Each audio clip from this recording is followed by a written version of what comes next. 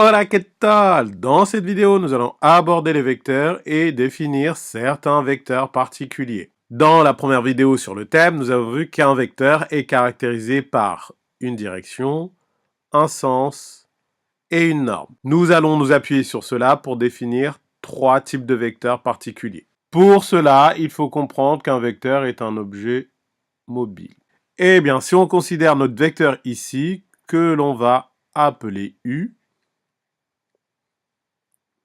ainsi que les nouveaux vecteurs que nous avons ici en vert, en bleu et en orange. Eh bien, si l'on est un peu observateur attentif, on se rend compte que ces vecteurs ont la même direction, le même sens et la même norme. Pour s'en rendre compte, il suffit de sélectionner le vecteur orange que nous avons ici et si on le déplace comme ceci, vous voyez, il vient se superposer parfaitement sur le vecteur rouge. On a fait disparaître le vecteur rouge en superposant dessus le vecteur orange. Cela permet de mettre en évidence le fait que le vecteur rouge et le vecteur orange sont en fait égaux. D'où l'adjectif qui est ici mobile. En fait, deux vecteurs, même s'ils ne sont pas placés au même endroit du plan, s'ils ont les mêmes caractéristiques, ils sont égaux. Ainsi, on peut dire que deux vecteurs sont égaux si et seulement si ils ont même direction,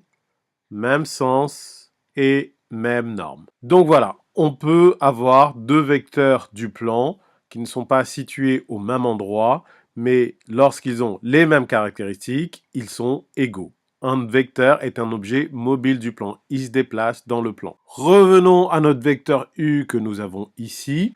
Nous allons le comparer à un nouveau venu qui est le vecteur V que nous avons là en orange. Amusons-nous à déplacer le vecteur V. Si nous le déplaçons pour venir le coller sur le vecteur U, on constate que la superposition est presque parfaite. Nos deux vecteurs U et V ont même direction, même norme, aucune des deux flèches n'est plus grande que l'autre, mais par contre, les flèches ici, les extrémités, ne sont pas orientées dans le même sens. Eh bien, cette petite différence nous permet de définir un nouveau type de vecteur, le vecteur opposé d'un vecteur donné. De façon générale, deux vecteurs sont opposés s'ils ont même direction, même norme, mais des sens opposés. Exactement comme nous l'avions vu pour le vecteur U et V. En termes de direction et de longueur, ça se superpose parfaitement, mais nos deux vecteurs étaient orientés dans des sens opposés. En termes de notation, l'opposé du vecteur U se note moins U. C'est une convention, une notation similaire à celle qu'on a pour les nombres. Il suffit de poser un signe moins devant le vecteur pour définir son vecteur opposé. Qu'en est-il lorsque notre vecteur est noté à partir de deux lettres, comme ici le vecteur AB? Eh bien, l'opposé d'un vecteur AB se note moins AB. On garde la même convention qu'au-dessus, mais il peut aussi se noter BA.